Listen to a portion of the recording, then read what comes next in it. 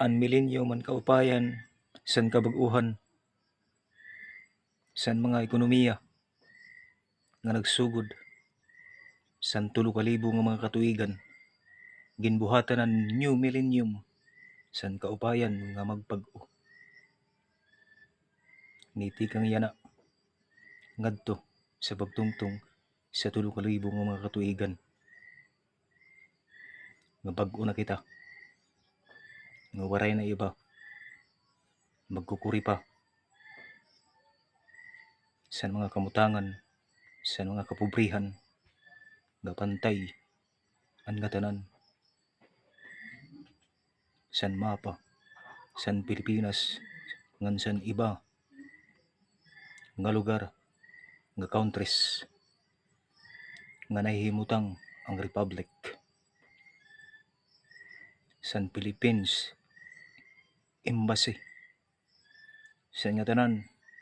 magupay, ngan san kabag-uhan, nga waray na druga, nga san waray na mga kurakot pa, nga iba. Ang millennium, san kadaganan nga mga katuigan pa ang mga lumalabay, mga produktibo,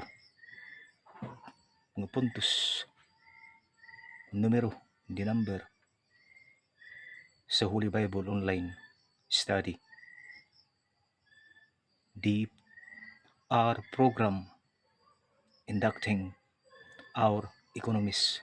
DIROM, hot room, the previous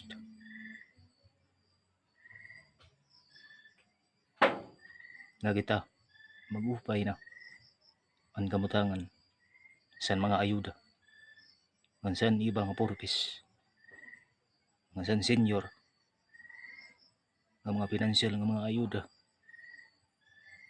san lukop, san sakop san Republic, dinhi san Pilipinas, san iba nga lugar, nga countries pa, ang pag-upayon san nga tanan. Ini ang Republic nagsisiring damo nga salamat san mag-upay nga mga isip san pagbag-o sa naton millennium.